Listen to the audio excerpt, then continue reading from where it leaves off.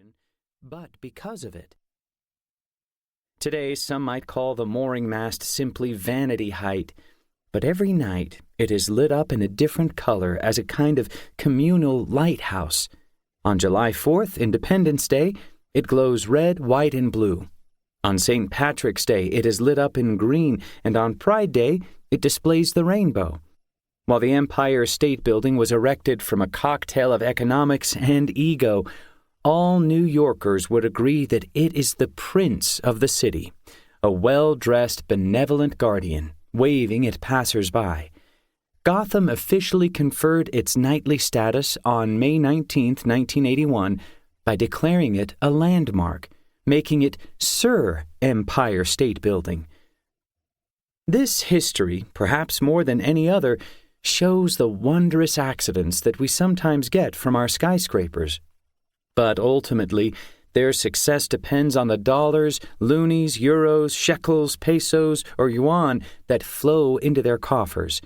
And though the Empire State Building got off to a rocky start during the Great Depression, some 90 years later, it is both beloved and a moneymaker, having averaged an annual inflation-adjusted 5% growth rate in its market value. The once dubbed empty State Building is now the pride and profit of Gotham. The skyscraper's iconic form also has become a global beacon for American entrepreneurial and engineering prowess.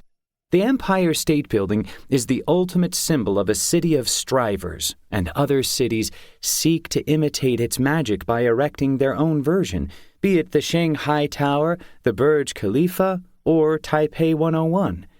Nothing says we have arrived on the global scene more than having the world's tallest building. The Empire State Building, with its combination of grandeur, simplicity of design, and quiet elegance, paved the way to the future. And, from time to time, when I go up to the observation deck and look around, I see the hum and flow of the world below. Looking farther afield, I can glimpse my past beyond Manhattan Island. If you squint to the east, you can see the borough of Queens. And though too far to see with the naked eye, there lies my hometown of Baldwin, 7 miles east of the New York City border.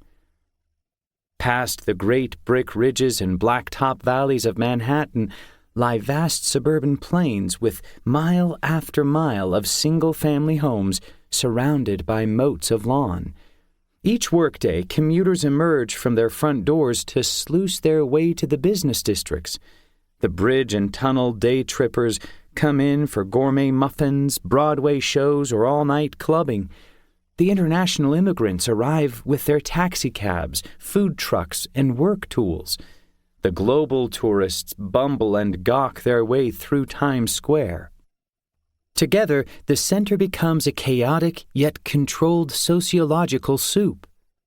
The mix of the mundane with the mighty. Looking down from the Empire State Building, I can see it all.